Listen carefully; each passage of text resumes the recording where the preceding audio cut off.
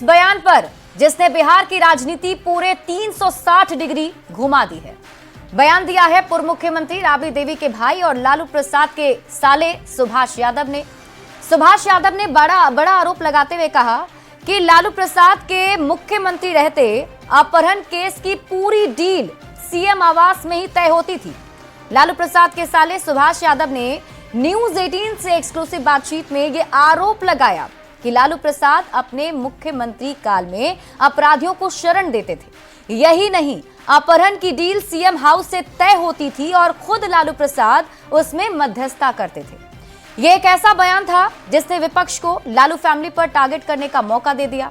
एक सुर में विपक्ष के नेता कहने लगे कि हम तो पहले से ही कह रहे थे, पहले से ही कहा जा रहा था कि लालू राज में अपराधियों को संरक्षण मिलता था।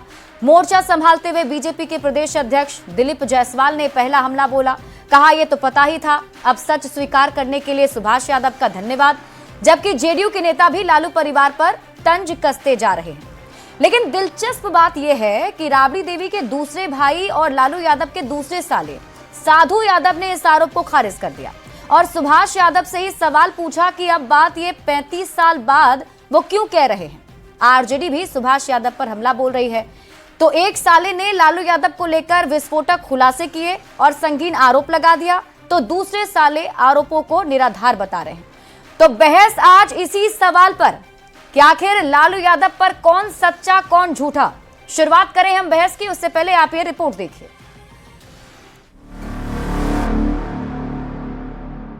ये सब काम लालू जी को था, अपराधी पालना पूरे बिहार में।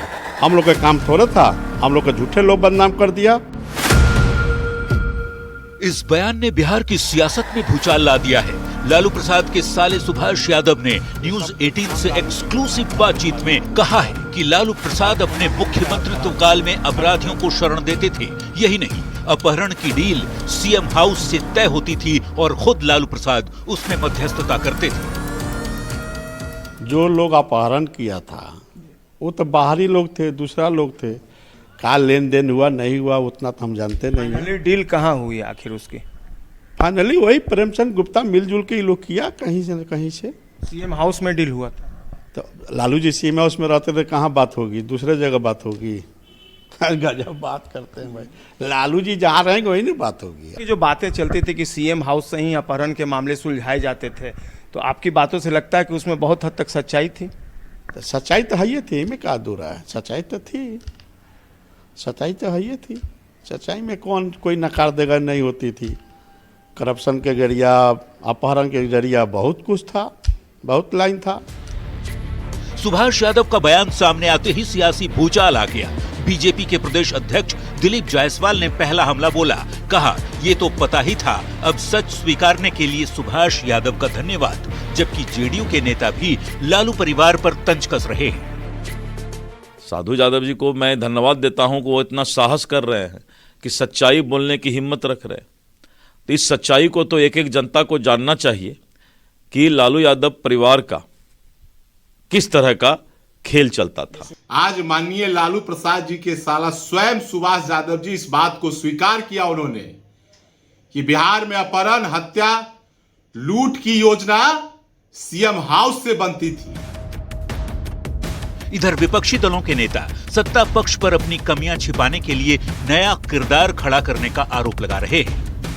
जब तक आप राज्यसभा, विधानसभा, विधान परिषद में भेजे जाते रहते हैं, तब तक आपको कहीं किसी से कोई शिकायत नहीं होती है। जितने भी अपराधी उन दिनों थे, वो सारे अपराधी भारतीय जनता पार्टी और जनता दल के गले की हार हैं। सत्ता पक्ष और विपक्ष के बयान के बाद आखिर में सुभाष यादव के बड़े भाई साधु यादव ने भी प्रतिक्रिया दी। साधु ने सुभाष के लगाए आरोपों को बेबुनियाद बताते हुए कहा कि 35 साल बाद क्यों ऐसे आरोप लगाए जा रहे हैं। शायद सुभाष को किसी पार्टी से कोई पद लेना होगा। कोई पार्टी से कोई बात पाने के लिए, कोई पद हासिल करने के लिए ये बात बोल रहा है। तो लालू प्रसाद के एक साले सुभाष यादव ने पहले विस्फोटक खुलासा किया, फिर दूसरे साले साधु यादव ने आरोपों का बचाव किया।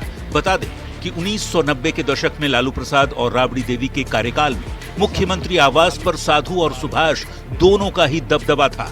पर समय के साथ सुभाष यादव से लालू फैमिली के रिश्ते खराब होते गए।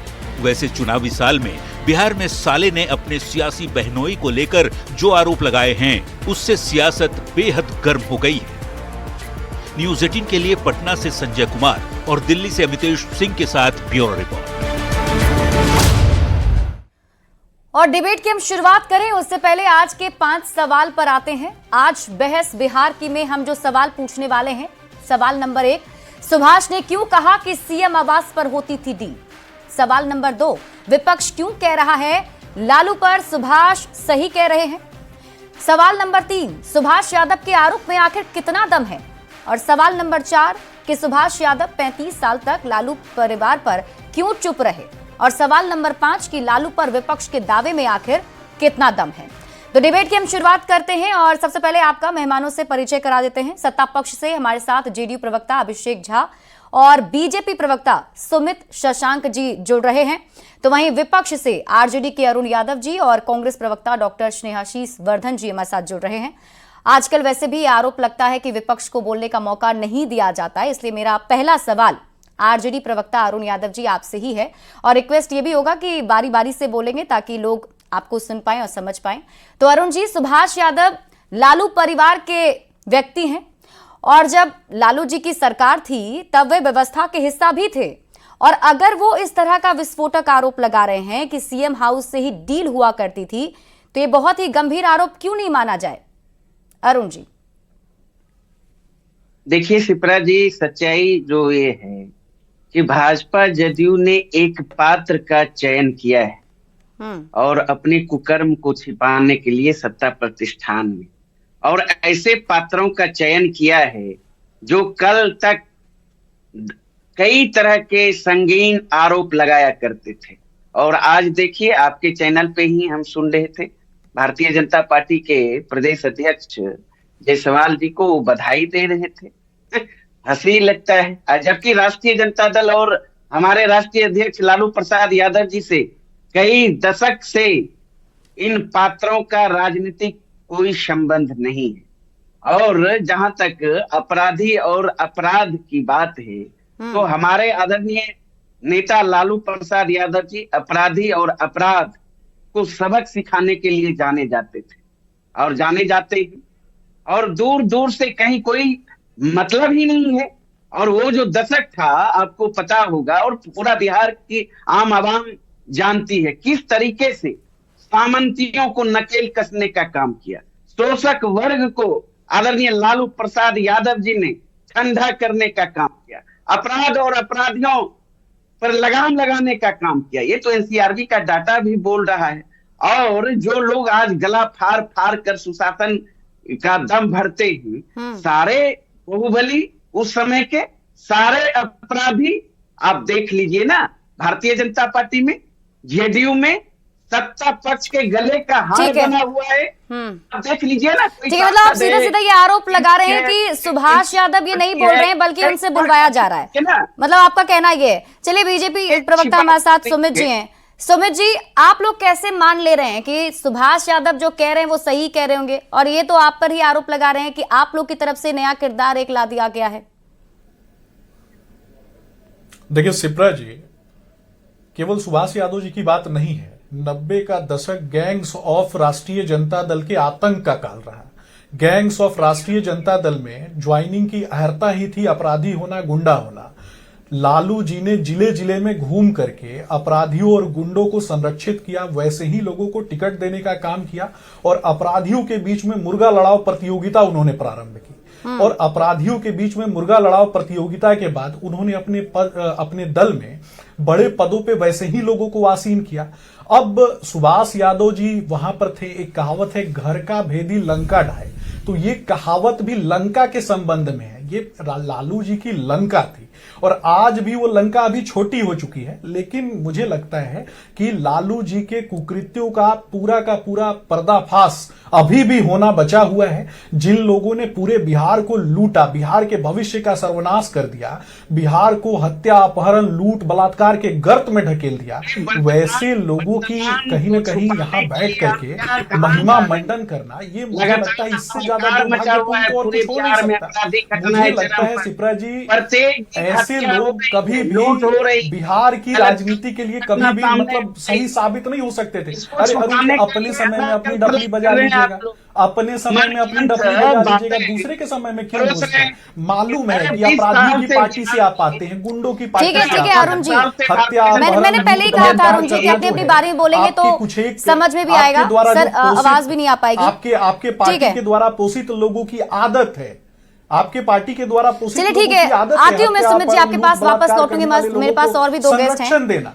हमारे साथ, कांग्रेस के प्रवक्ता भी जुड़े हुए हैं, दूरी बरतनी चाहिए। वर्धन जी मुझे ये बताइए कि भले अभी अरुण यादव जी ये कह रहे थे कि उस वक्त अपराधियों पर नकेल कसा जा रहा था लालू यादव की जब सरकार थी, लेकिन ये भी बात किसी से छिपी नहीं है कि कोर्ट की तरफ से टिप्पणी की गई कि कथित जंगल राज कहा गया, उस वक्त कानून व्यवस्था को लेकर के सवाल उठाए जा रहे थे। तो ये बात भी तो सच है ना कि जब मुख्यमंत्री नीतीश कुमार 2005 में आए तो उन्होंने पूरी तरीके से कानून व्यवस्था को बदल दिया।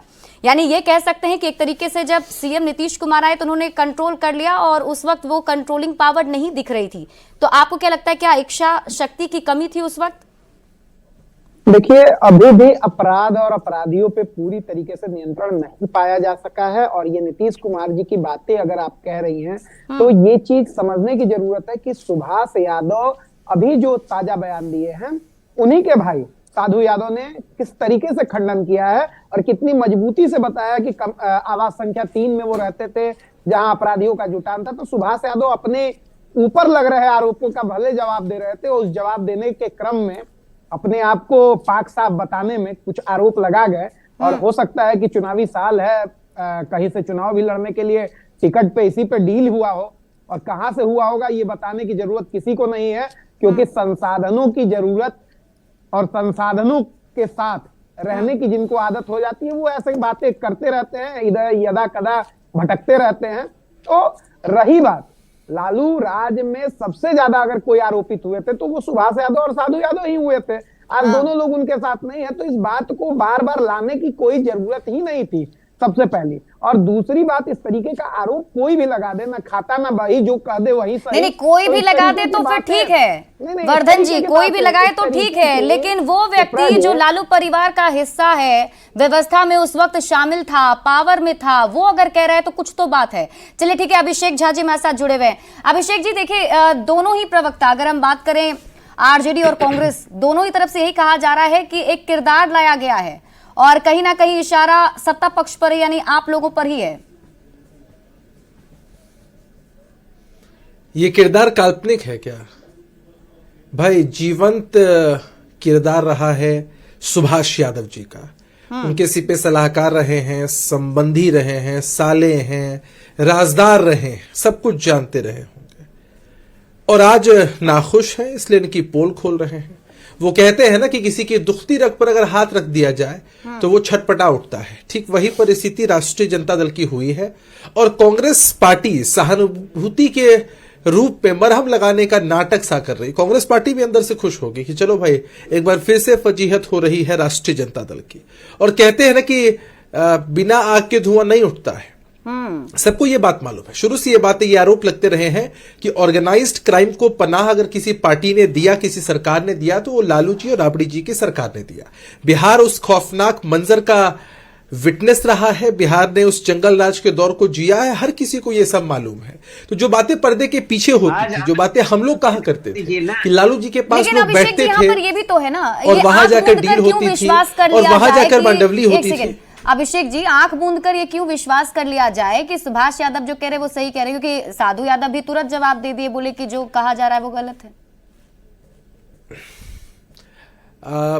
जो बातें पर्दे के पीछे थी ना, सुभाष यादव जी ने साहस किया और पर्दे को पूरा चीर कर सच्चाई को बाहर ला दिया है। मैं आपसे पूछता हूं कि इस बात पर विश्वास क्यों नहीं किया जाए, जिस बात पर, जिस थ्योरी पर आज तक इतनी सारी तफ्तीश हुई, चर्चा हुई और हर किसी को यह बात मालूम है, हम क्यों नहीं उस बात पे भरोसा करें? खैर शिप्रा जी, ये बहस का विषय हो सकता है, लेकिन बिहार की जनता ने इस बात पे हमेशा भरोसा किया है और उसी की बानगी है कि जब से ये लोग सत्ता से बेदखल हुए हैं तब से लेकर आज तक लालू जी के चेहरे पर, तेजस्वी जी के चेहरे पर, राष्ट्रीय जनता दल पर जनता ने अपना संपूर्ण कभी बहुमत नहीं दिया है, कभी इनको मौका नहीं दिया है। एक दौर वो भी आ चुका था कि इनकी पार्टी 22 सीटों पर जाकर सिमट गई थी। तो जनता ने भरोसा विश्वास कर लिया है कि किस तरह का मंजर, किस तरह का दौर, किस तरह का जंगल राज, किस तरह से महिला सुरक्षा के साथ खेलवाड़, अरे एक से एक दृष्टांत है। हम आप तो इस जमाने के हैं, जो पुराने दौर के लोग हैं, उनसे अगर कोई पूछेगा तो कहानियां सुनकर सहम उठता है मन कि हमारा बिहार उस दौर में था और उसके जवाबदेह कोई थे तो यही राष्ट्रीय जनता दल के लोग थे। आज इनके सीपे सलाहकार राजदार ने बखूबी सब कुछ बता दिया, इसलिए लोग छटपटा उठे हैं। कहां डिफेंड कर पा रहे हैं, उल्टा हम पर आरोप लगा रहे। भैया आप अपनी बात कहिए ना कि ना ऐसा नहीं होता था। कई इसके उदाहरण है। अरुण जी आप बताइए ना, ऐसा नहीं होता था आप लोगों में, ये प्रूफ कीजिए, साबित कीजिए। शिप्रा जी प्रूफ क्या, लिखतंग के आगे बतंग क्या। मैं तो बार बार कहता हूं और आपको भी कहता हूं, आप 1990 से लेकर 2005 का एनसीआरबी का डाटा रखिए और 2005 से लेकर 2025 तक का। इनकी केंद्र में सरकार है, गृह विभाग इनके पास, राज्य में भी मुख्यमंत्री के पास गृह विभाग है। इस पर क्यों नहीं डिबेट कर लेते है भाई, बार बार कहते हैं। लेकिन वही मैं जवाब देता हूं आपको, सच्चाई सुनिए, बिहार ने वो भी दौर देखा है अरुण जी, जब अपराध होते थे, हत्या, बलात्कार, नरसंहार, दंगे होते थे और आपकी सरकार एफआईआर दर्ज नहीं करती थी अरुण जी। एफआईआर जब दर्ज नहीं होते थे, एसपी रैंक, एसएसपी रैंक के पदाधिकारियों को ए सिपाही कहकर संबोधित किया जाता था। बिहार ने वो भी दौर देखा है। भाई शिकायतें आप जल्दी नहीं करेंगे तो आप चले हैं डाटा खंगालने के लिए। जनता ने आप पर भरोसा करना बंद कर दिया है, इस वजह से आपको एक सेकंड अभिषेक जी, पहले सुन लेते हैं अरुण जी को, कुछ नहीं होगा। अरुण जी को सुन लेते हैं, फिर आप जवाब दीजिए। 24 घंटे के दौरान मुख्यमंत्री जी का गृह जिला, 2 महिलाओं की हत्या। गोपालगंज में 2 छात्रा स्कूल से लौट रही थी, अपराधियों ने हत्या करके सरसों के खेत में फेंक डाला। अरे सुभाष जी ने जो कहा उस पर जवाब दीजिए ना भाई, कितने की धनवाही इस बिजनेस से किया था। ऑर्गेनाइज क्राइम के रूप में अपहरण उद्योग को फुलाते थे आप लोग, बताइए ना। ये इस पर नहीं, ये कौन, इसने कौन था अपहरण उद्योग में कितना टैक्स लेते थे, इस बात का जवाब दीजिए। अपहरण उद्योग में कितना टैक्स लेते थे अरुण यादव जी, तो बोलेंगे नहीं। अरे बताइए ना कि अपहरण उद्योग में आप लोगों की हिस्सेदारी कितनी बनती थी, मंडली कराने का क्या लेते थे, या कोई केस गड़बड़ हो जाए तब क्या करते थे, ऑर्गेनाइज क्राइम के लिए आप लोगों का सहयोग किस स्तर का था, सब पर जाए। ठीक है, लेकिन देखिए अरुण जी ये देखिए सवाल एक बार फिर से घूम फिर कर वही उठता है। भले आप अभी आंकड़े गिना रहे हैं और ये आपकी तरफ से जो आंकड़े गिनाए जा रहे हैं क्राइम को लेकर, ये ठीक है, वो आपका एक आंकड़ा है और आप उसको जनता के सामने रख रहे हैं, वो आप रखिए। लेकिन ये बात भी सच है कि जब वो दौर था तो उस दौर को लेकर लोग अभी भी चर्चा करते हैं। तब महिलाएं सुरक्षित नहीं थी ऐसा कहा जाता है, महिलाएं बाहर नहीं जा पाती थी। नीतीश कुमार कई बार इस बात का जिक्र कर चुके हैं।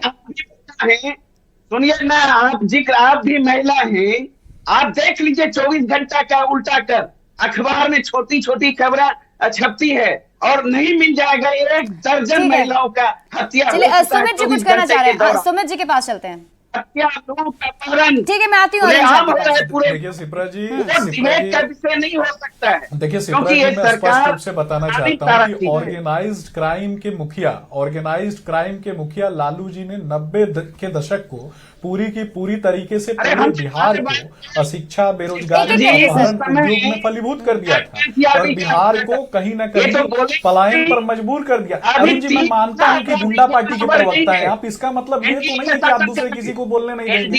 ये सुशासन की सरकार है अरुण जी, माननीय नीतीश कुमार जी की सरकार है। आप गुंडा पार्टी के प्रवक्ता है, मुझे पता है। आप अपराधी के पार्टी के प्रवक्ता है, पता है मुझे। लेकिन इस तरीके से शोर मचाने से बौखलाहट से नहीं होता है ना। एक कहावत है, रटंत विद्या घटंत बुद्धि, तो जो रटा के भेजा गया है वही आप बोलिएगा, मुझे पता है। लेकिन सुभाष यादव जी, मैंने आपको पहले कहा था, एक एक करके बोलेंगे तो समझ में आएगा। मैं भी नहीं सुन पा रही हूँ। साले हैं वो, लालू जी के साले हैं वो, आप इस बात को बदल नहीं सकते हैं। रटंत विद्या घटंत बुद्धि कहावत है अरुण जी, इन चीजों को चरितार्थ मत कीजिए। जाहिलों की जमात से जो लोग आते हैं वो इसी प्रकार का व्यवहार करते हैं, अपने व्यवहार में आचरण में शुद्धता रखें। मुझे पता है संगठित अपराधकर्ताओं के द्वारा जिस पार्टी को चलाया जाता है उस पार्टी के नेतृत्वकर्ताओं में, उस पार्टी के प्रमुख नेतृत्व करता है लालू प्रसाद यादव जी। मोहल्ला सुरक्षित होगा, आबाद होगा कि नहीं होगा, ये बिहार की जनता ने तय कर लिया है। बहन बेटियां सुरक्षित होंगी कि नहीं होंगी, देखिए अरुण जी, मैं आपसे प्रेस कर रही हूं, एक करके बोलेंगे तो आवाज आएगी। वैसे मेरा सवाल अभिषेक जी से आपसे और भी है, एक से सुमित जी मैं आती हूं आपके पास। अभिषेक जी, लेकिन मुझे एक बात और बताइए। सुमित जी मैं आती हूं आपके पास। कुमार जी है, एनडीए की सरकार है। सुमित जी मैं आ रही हूं आपके पास, आ रही हूं। अभिषेक जी मुझे ये भी बताइए कि देखिए कहीं ना कहीं भले इस बात का जिक्र हो रहा है और जैसा कि हमने अभी बताया भी कि 35 साल बाद आखिर सुभाष यादव इस बात क्यों कह रहे हैं, और सवाल ये भी कि लगभग 20 साल का वक्त नीतीश कुमार को हो गया सरकार में आए हुए। लालू प्रसाद का एक वक्त था, दौर था, वो चला गया, लेकिन उस बात को बार बार जिक्र करना, लोगों को बताना, डराना, ये भी तो कहीं से सही नहीं है ना। और फिर तेजस्वी यादव को इसके लिए जिम्मेदार ठहराना, क्योंकि वो तो लालू प्रसाद का वो दौर था। अच्छा, अतीत में एक बात बताइए शिप्रा जी, आपने जो बात कही मैं उससे सहमत नहीं हूं। अतीत में कोई घटना घटी, इंदिरा गांधी जी ने इमरजेंसी लागू की, लोकतंत्र की हत्या की, उसकी चर्चा हम क्यों ना करें अभी भी। और अगर मुख्य विपक्षी दल के रूप में राष्ट्रीय जनता दल है, लालू जी का के नेतृत्व को आगे बढ़ाते हुए तेजस्वी यादव जी आज जनता से समर्थन मांग रहे हैं, तो हम इनकी सच्चाई को उजागर क्यों न करें। भाई आपका जो शासन था वो जंगल राज का शासन था, आपने हत्या, लूट, बलात्कार को एक आपराधिक उद्योग को बढ़ावा दिया था, आपने नरसंहार को बढ़ावा दिया, दंगों को बढ़ावा दिया, क्यों न इनकी सच्चाई को उजागर करें। इसीलिए इस नैतिक अधिकार को कोई छीन नहीं सकता है। और बिहार के लोगों को अतीत मालूम है, किसी के काले अतीत पर भविष्य का जो उजाला है उस बाबत भरोसा नहीं किया जा सकता है शिप्रा जी। नहीं, इसको मैं इस तरीके से कह रही हूं सर, क्योंकि वो वक्त था, वो चला गया। अब जो है अब आज की राजनीति कीजिए ना, तेजस्वी यादव आज के मुद्दे उठाते हैं, आज के मुद्दों पर आपसे सवाल जवाब पूछते हैं, नए नेता के तौर पर हैं वो। ये भी कह चुके हैं कि A to Z की पार्टी है, हम नए सिरे से काम कर रहे हैं, हम कोई जातिवाद नहीं कर रहे, तो फिर इस पर बातचीत होनी चाहिए। मैं जवाब दे दूं शिप्रा जी? हाँ जी जी। क्या लोमड़ी अगर खाल ओढ़ ले कि मैं हंस बन गई हूं तो क्या उस पर भरोसा किया जा सकता है? नहीं ना। तेजस्वी यादव जी आज के मुद्दे उठाते हैं, हम आज के मुद्दों पर उनसे डिबेट करते हैं। तेजस्वी यादव जी जनहित के मुद्दे उठाएंगे, हम उस पर भी डिबेट करने को तैयार हैं, लेकिन तेजस्वी जी कहेंगे कि नहीं हमारी पार्टी पाक साफ हो चुकी है, हमारी पार्टी में बोलबाला नहीं है। अभिषेक जी आप इसको कंप्लीट कीजिएगा। इस बीच एक बयान सामने आया है आरजेडी के मुख्य प्रवक्ता शक्ति यादव का, एक बार दर्शकों को वो सुना देते हैं।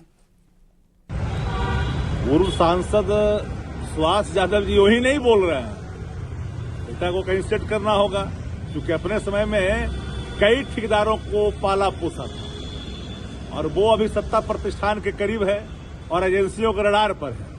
अब उसकी जांच की लपटें कहां तक जा रही है, कहां नस दबाया जा रहा है, अनर्गल प्रलाप करने के लिए कहां कहां से दबाव आ रहा है, वो अभी एक महत्वपूर्ण विषय है।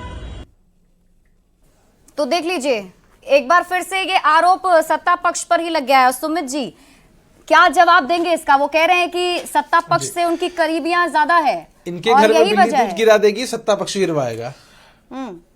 देखिए कुछ डील विल हुई है क्या? स्पष्ट रूप से बताना चाहूंगा, बार बार जो आप तेजस्वी यादव जी के विषय में अभी बात हो रही थी, तेजस्वी यादव जी का जन्म होता है अशिक्षा के अंधकार में, अपराधियों ने उनको गोद में पाला है और मुझे लगता है कि उनका डायपर भी जो बदला जाता था वो भी अपराधियों के गोद में ही बदला जाता था। तो इस प्रकार की बातें जो है ना इस पार्टी के द्वारा शोभा नहीं देती है और मुझे लगता है कि ये बहुत सारे गिरोहों से मिल करके एक बड़ा गिरोह बना, जिस गिरोह का नाम है गैंग्स ऑफ राष्ट्रीय जनता दल। चड्डी गिरोह भी इसी में शामिल है। तो मुझे लगता है कि इस प्रकार के लोगों को ठीक है, देखिए बहुत देर से अरुण जी को जवाब देना चाह रहे हैं। ठीक है, चलिए आप लोग ये आरोप भले लगा रहे हैं सर, लेकिन अरुण जी को सुन लेते हैं। हाँ अरुण जी, खतरा है।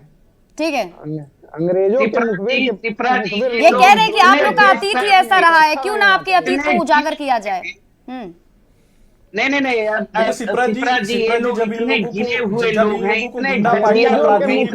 संबोधित किया जाता है, इन लोगों का सीना गर्व से चौड़ा हो जाता है। इन लोगों को बुरा नहीं लगता, इन लोगों को एक एक करके बोलेंगे सर। मैं आपसे रिक्वेस्ट कर रही हूँ सर, एक एक करके बोलेंगे तो आवाज भी आएगी और समझ में भी आएगा। चलिए ठीक है, बहुत देर से कांग्रेस प्रवक्ता वर्धन जी हमारे साथ जुड़े हुए, कुछ उनके पास में नहीं गई। वर्धन जी, मुझे ये बताइए कि ये क्या आरोप प्रत्यारोप चल रहा है? मतलब सुभाष यादव ये कह रहे हो, फिर आप लोग ये कह रहे हैं कि उनसे बुलवाया जा रहा है, ऐसा कुछ कोई सेटिंग वेटिंग हुई है? पूरे मामले का लब्बो लुआब यही है कि अभी चूंकि सत्ता पक्ष के पास दिखाने के लिए कोई काम बचा नहीं है, प्रगति यात्रा में लगातार मुंह की खा रहे हैं नीतीश कुमार जी, इसलिए ऐसी बातें लाई जा रही हैं और ये पूरी तरीके से राजनीतिक लाभ के लिए भारतीय जनता पार्टी के द्वारा संपोषित यह बयान है। और पूरी तरीके से ये मैं बोलना चाहता हूं, समझाना चाहता हूं लोगों को कि अब आम जनता इतनी नासमझ नहीं है और वो सब समझ रही है कि कब किस चीज को प्लांट किया जा रहा है। और भारतीय जनता पार्टी के साथ नीतीश कुमार जी की पार्टी जो गलबहिया की हुई है उसी के देन है। बाकी मैं ये नहीं गिनाने जा रहा हूं कि जदयू में कितने अपराधी, रुकिए ना सुमित जी बड़ा धैर्य से सुनना पड़ता है। अरे सुनिए ना, देशद्रोहियों के पार्टी के प्रवक्ता, आप सुनिए ना, देशद्रोहियों के साथ रहने वाले, अंग्रेजों के साथ रहने वाले, अंग्रेजों की दलाली करने वाले पार्टी के प्रवक्ता आप हैं। सुनिए, देशद्रोही सनातन धर्म के विद्रोहियों के साथ रहने वाले लोग अंडरस्टैंडिंग में क्या था, क्या साइन करके आए थे राहुल गांधी, जो 180 डिग्री का टर्न लेकर के 180 डिग्री का टर्न लेकर के चाइना के प्रवक्ता बन जाते हैं और एक वेल्थ क्रिएटर को समाप्त करने की बात करता है, एक वेल्थ क्रिएटर को गाली देता है, दूसरा वेल्थ क्रिएटर को अपहरण करने की बात करता है, दूसरा अपहरण उद्योग चलाता है। दोनों ही दल एक दूसरे के दोनों ही दलों ने, देखिए आप जब बोल रहे थे सुमित जी तो डॉक्टर वर्धन कुछ नहीं कह रहे थे, एक बार सुन लेते हैं राजनीतिक सूचिता और राजनीतिक धैर्य दोनों भारतीय जनता पार्टी के देखिए राजनीतिक सूचिता की बात तो उसी समय समाप्त हो जाती है जिस समय आप लोगों ने गठबंधन करके रखा है। वैसे लोगों के साथ जिन लोगों ने बिहार को गर्म में ढकेल दिया, आप जवाब दीजिएगा। आप जब आरोप ही लगा रहे हैं कि गुंडों के पार्टी के प्रवक्ता, नहीं तो आप ये किस आधार पे आरोप लगा रहे हैं डॉक्टर वर्धन? आप ये किस आधार पे आरोप लगा रहे हैं आप लोग कि सुभाष यादव से बुलवाया जा रहा है ये सब कुछ चाहिए सत्ता पक्ष में? मतलब अगर कोई आरोप लगा देगा तो आप मान लेंगे कि आप गुंडों के पार्टी के प्रवक्ता हैं। बस यही बात कहना चाह रहे थे जो आपने कह दिया, धन्यवाद। और वही तो बोल रहा हूँ ना, वही बोल रहा हूँ ना, इसका मतलब आप मान लेंगे, इसका मतलब आप मानते हैं। ऐसे ही लोगों के साथ तो गठबंधन करके रखा है। देखिए स्नेहाशीष जी, आप युवा हैं, आप युवा हैं और मुझे लगता है कि युवा होने के साथ साथ आपके ऊपर नैतिक दायित्व है। ठीक है, देखिए पहले मैंने आपको बोला था सर एक एक करके बोलेंगे तो आवाज भी आएगी, कुछ समझ में नहीं आ रहा, आप दोनों कंटिन्यूअसली बोले चले जा रहे हैं। क्या मतलब राजनीतिक? अभिषेक जी मुझे बताइए कि आरोप आप लोग पर आखिर आरजेडी क्यों लगा रहा है? आरजेडी की तरफ सीधा हमला आप लोगों पर ही क्यों किया जा रहा है? चिल्लाने लगते हैं बीच में। ठीक है, आ रही हो वर्धन जी। चलिए ये तो बड़ी बात, क्राइम का रेट क्या हो गया, अगर एक बार स्नेहाशीष जी और इस चीज को चुप हो जाए तो शायद सबकी बात जनता सुन पाएगी। नहीं बोलना चाहता था वर्धन जी एक मिनट, चुप कराइए, डिबेट के डेकोरम को मेंटेन कराइए। बोला जाएगा बीच में, हमारे पास समय की कमी है सर, समय की फेडर कमी डाउन करिए, उनका फेडर डाउन करिए। गैर जिम्मेदाराना बुखला गए बेचारे, दुखती रहती चलिए ठीक है, देखिए हमारे पास समय की भी कमी है और बहुत बहुत शुक्रिया आप सभी का हमारे साथ जुड़ने के लिए। हालांकि बहस का जो मुद्दा था उस पर आप लोग एक एक करके बोलते हुए नजर नहीं आए और पहले भी ये कहा जाता रहा है, हमेशा से देखा जाता रहा है कि एक दूसरे के बारे में बोलते रहते हैं। खैर, लेकिन सबसे बड़ा सवाल अभी भी यही बना हुआ है कि आखिर लालू यादव पर सच कौन बोल रहा है और झूठ कौन बोल रहा है। लेकिन जो भी हो, लेकिन चुनावी साल में बिहार में सियासत अभी इस पूरे मामले को लेकर गर्मा गई है और फिलहाल बहस में अभी के लिए बस इतना ही। आगे देख लेते हैं।